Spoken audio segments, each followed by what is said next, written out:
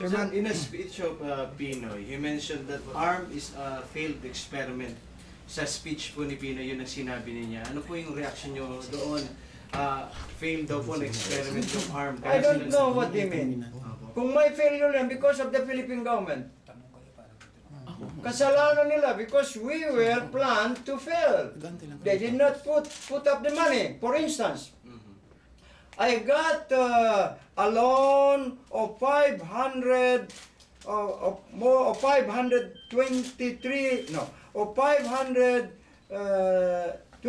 million dollars from the World Bank.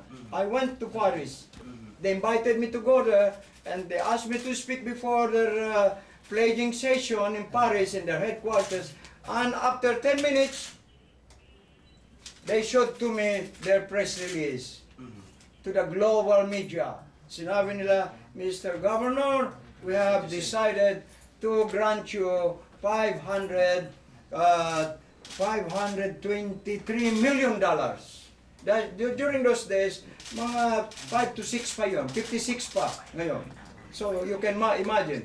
Because mayroon silang promise, ang Philippine government, to give us 45 billion for our plan of reconstruction and rehabilitation. Hindi na nilabas. So I went around to look for money.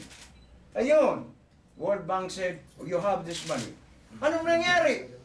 They stopped the release of the funds. Then I went to the OPEC. Dr. the secretary of the OPEC, Dr. Rilwano from Nigeria, told me, Brother Nur, the price of oil in the world market is so low. Nonetheless, we will give you a grant of 10 million. But watch out. Once there will be, there will changes in the world market, positive changes. That means the price of this commodity would increase favorably. Then come, we'll give you much more. The same, kahit until umalis ako, hindi nila kinuha ang pera yan. Kasi naghingi lang ang OPEC na kunti na counterpart from the Philippines. Ayaw nila. Sabotage yun. Ito sa sabotage. Now, ngayon, what's happening now? They said that they will have an autonomy in lieu of the previous one. This is a false promise because this autonomy will rise from the ashes, so to speak, in 2016. Wala na si Pinoy by that time. He cannot anymore provide any support to this. The new government, tanungin ninyo si Hunasan, Senator Hunasan. One day he went to my incarceration in Santa Rosa. There. You see? He was with the Colonel Makahia, an old friend of mine, who is in prison, I think. I don't know kung na-release na yan, inuli nila. So, sabi ni Hunasan, Senator Hunasan, Brother Nur, I'd like to advise you this, and don't forget, it's the habit of our government. They want to reinvent the wheel before their image. Kung mayroon kayo agreement with one administration, watch out.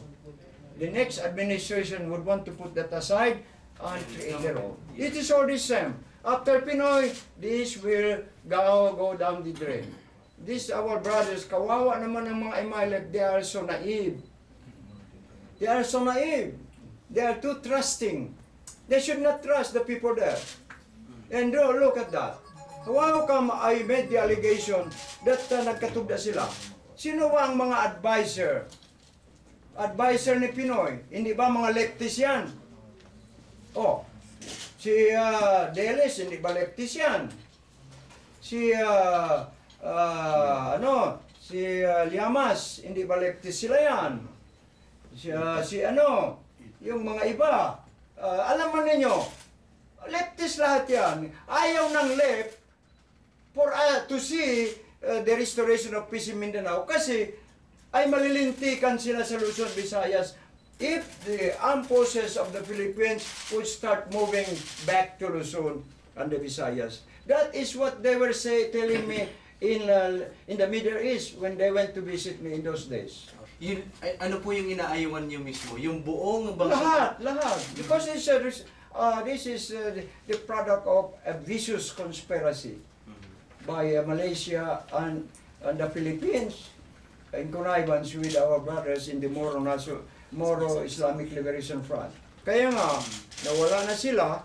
Ang nangyari ngayon, some of our brothers who are listening, umalis na sila.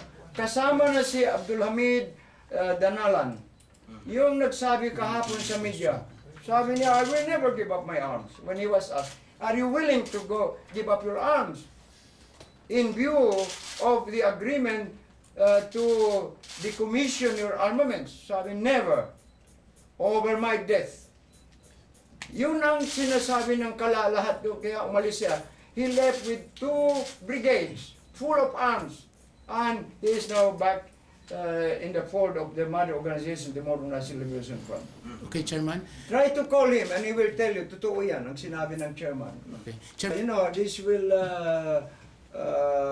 create, this may create the condition, priori condition for the, for the rise of a new crisis situation that might, kung mag-slip out of all hands, might lead to war in Mindanao.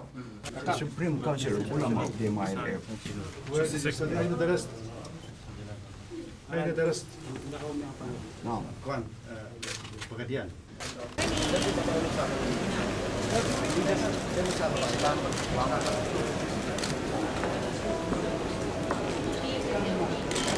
Okay? Yes, sir.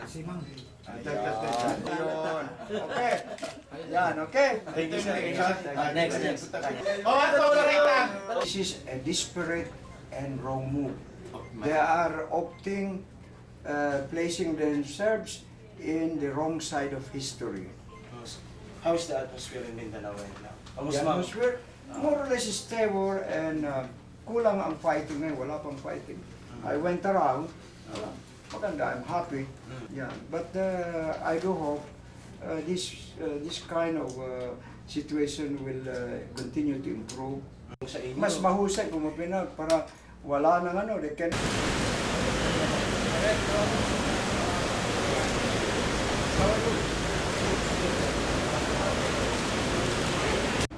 advise the Secretary General to address the leaders here. They came all the way from Mindanao to address but 1-2 minutes like that. So they